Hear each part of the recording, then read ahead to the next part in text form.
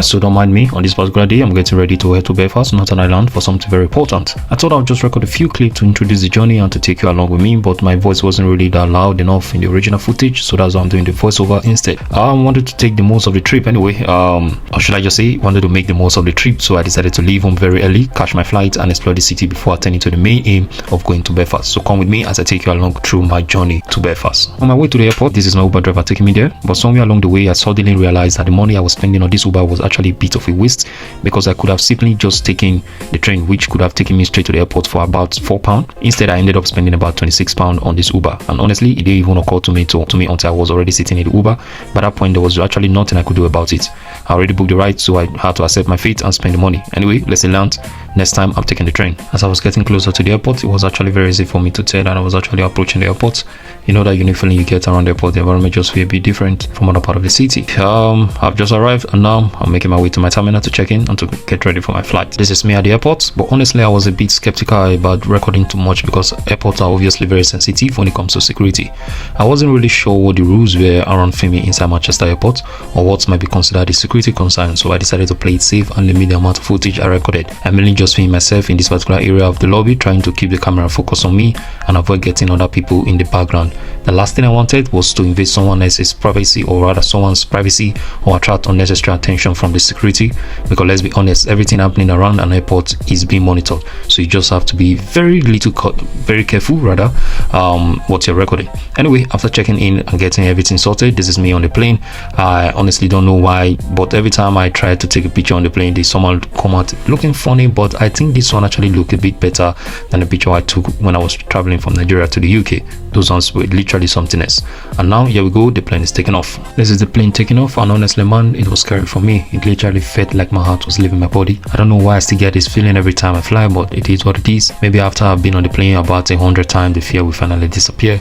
But for now, I'm still getting a comfortable feeling whenever the plane is about to take off, especially when the plane is at that angle. In fact, I think probably around 30 degrees, I just start feeling uncomfortable. And I think maybe part of it is because I'm not really a fan of heights. So whenever the plane starts climbing, my solution is just to put on some music and try not to think about it, or just get distracted by something else. Anyway, after getting through the takeoff, I started enjoying the view, and these are some of the scenes I captured from above as we were getting close to Belfast. And I think at this point, we were actually getting ready to land. So look at Belfast from up here. Honestly, it is really a beautiful city from above, and at the same time it looks quite small compared to some of the cities I've been to. You can literally see the landscaping, the skies, the houses, the gardens, and the way everything is actually laid out. It has that familiar UK feeling to it, but it still has something different. But there's still something different about Belfast. And now, as you can see, our plane has landed rather, and now of course welcome to Belfast. After leaving the airport, I hopped on a bus, and that was actually taking me to the Belfast city center.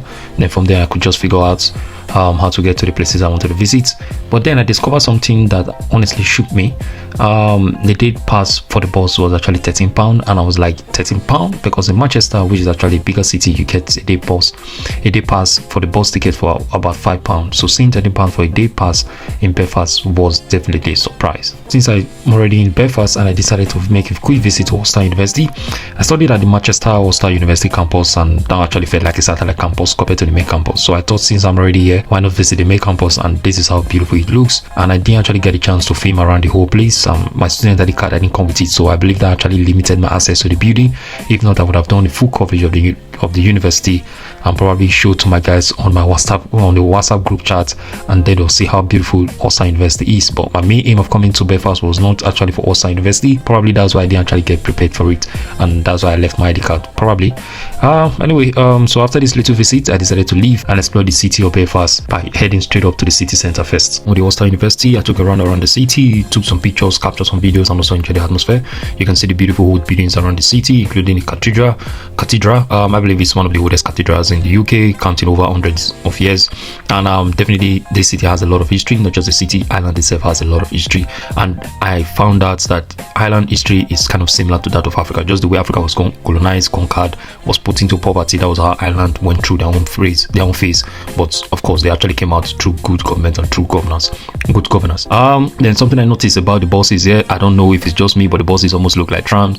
And the funniest thing is, Belfast doesn't even have a tram system. So I was just like thinking, why does this bus actually look like a tram? But It's actually an amazing city, good transportation network. Since the time for my appointment, or rather what brought me to Belfast, was coming close, I just said, let me just get something to eat so that I can have some strength. And I went into the store called the Central. Literally, they sell everything there, including food, like literal food, like what you're seeing there. So I bought it. Like I said, it's actually called Central, not a restaurant. It's not a restaurant. I don't know if I should call it a restaurant or a combination of both restaurant and a superstore, but it's just a combination of everything. So I bought the food that is sold there. It was actually amazing. I ate it, and I'll just rate this food 7/10. Everything I bought there, it was actually nice. After a successful meeting, I decided to just tour around the city like I had planned, and of course, so this is the combination of everything I did. So you just watch it, and at the end of it, I'll just wrap the video.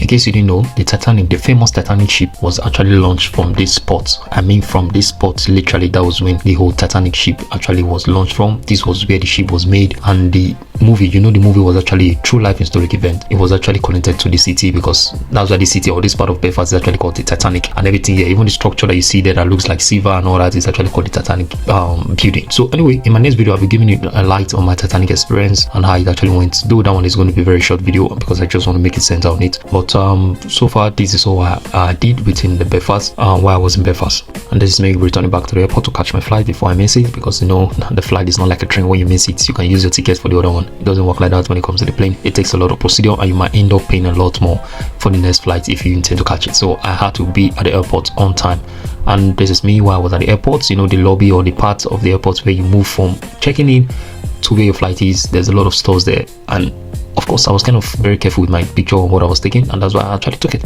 So this is me boarding my flight back to Mani, or should I say Manchester, and this is me arriving. It was actually a peaceful journey, a lovely one. Going to Belfast was actually a lot of lesson for me, that when I'm returning back, I'm going to use the train. I'm not going to spend another set of money on Uber. Using Uber by this time would have cost me, I think, close to like 30 something or close to 40 pounds, because it was literally late at night when I returned back to Manchester, and it was actually a peaceful journey. I enjoyed the journey, and of course, if I have the opportunity to do it again, I'll go to Ireland again, probably just visit the whole island again this time around. That's all. Cheers. Bye. Bye.